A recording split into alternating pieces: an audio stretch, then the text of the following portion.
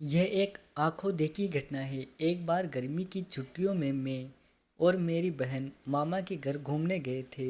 मामा के घर में नानी मुझे बहुत प्यार करती थी और मेरी बहनों को यह पसंद नहीं आता था क्योंकि वे थोड़ी शरारत वाली और थोड़ी मस्ती भी करती थी। एक दिन मेरी माँ की तबीयत अचानक खराब हो गई। तब मैंने तब मेरे मामा मुझे मेरे घर ले आए। वो भी मेरे घर पर रुक गए। जब मेरी माँ की तबीयत सही हो गई तब मामा जी बोले कि मैं अपने घर जा रहा हूँ। मैं मामा से कुछ बोल पाती इसके पहले ही माँ ने मामा को बोला, हाँ भैया ठीक है, अब मैं ठीक हूँ, आप घर चले जाइए। मेरे घर पर मैं और मेरी माँ ही बचे।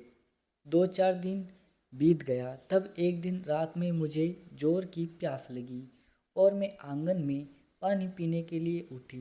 तभी मेरी नज़र ऊपर गई और मैंने देखा कि धुआं जैसा कुछ उठ रहा है।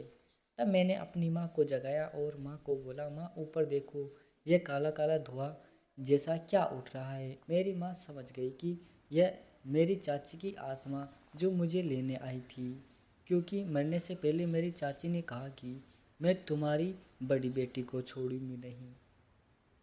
मेरी माँ ने बहुत सुला दिया मुझे सुला दिया और कुछ घर के पीछे बेर का पेड़ लगा था, उसी के नीचे बैठकर रोने लगी क्योंकि बकाइन मेहंदी के पेड़ पर हमेशा रात 11 साढ़े 11 बजे के बाद चुड़ैल आत्मा भूत प्रेत निवास करते हैं और उसी पे चाची की आत्मा भी रहती थी।